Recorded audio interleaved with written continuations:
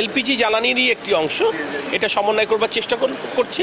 ন্যাচারে আমি শুধু আপনাদেরকে এটা বলতে পারি যে এটা জনগণের সরকার। তো যখনই আমাদের সুযোগ হবে আমরা জনগণকে এভাবে ধাপে ধাপে স্বস্তি দিতে চাই। কাজের জন্য যে এলপিজি সিলিন্ডার বাংলাদেশে ব্যবহার হয়, এই এলপিজি গ্যাসের 98% আসলে আমদানি করতে হয় এবং এটা পুরোপুরি বেসরকারি খাত নির্ভর। মধ্যপ্রাচ্যের সংকটের কারণে এই জ্বালানির মূল্য বৃদ্ধির কারণে দফায় দফায় এলপিজির গ্যাসের দাম বৃদ্ধি পেয়েছে, এলপিজি সিলিন্ডারের মূল্য বৃদ্ধি পেয়েছে এবং আমাদের মা বোনদের কষ্ট হয়েছে সংসার পরিচালনার ক্ষেত্রে।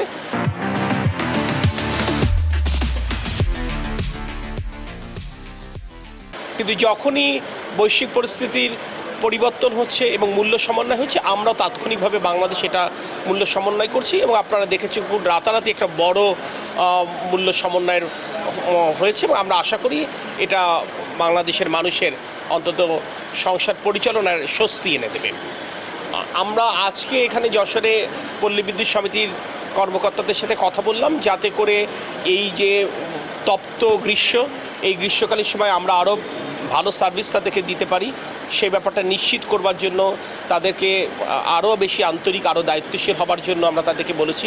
কিছু সমস্যা ছিল, সেগুলো আলোচনার মাধ্যমে আমরা সিদ্ধান্ত নিয়েছি এবং আশা করছি এগুলো আগামী সপ্তাহ নাগাদ আমরা সেই নিজেদের মধ্যে সমন্বয়টা বাড়িয়ে সেই সমস্যাগুলো কমিয়ে আনতে পারবো। একই সূত্র ধরে আমি আবারও আপনাদেরকে বলতে চাই, সাম্প্রতিককালে দুই একটি জায়গায় আমরা অভিযোগ পাচ্ছি কারোর বিল নিয়ে সমস্যা, বৈদ্যুতিক বিল নিয়ে। আমরা প্রত্যেকটা বিদ্যুৎ অফিসে আমরা আলাদা হেল্প ডেস্ক রেখেছি। বিদ্যুৎ বিল নিয়ে যদি কোনো অভিযোগ থাকে, নিকটস্থ বিদ্যুৎ অফিসে যদি যোগাযোগ করে আমরা তাৎক্ষণিকভাবে সেটা সমাধান করবার চেষ্টা করব।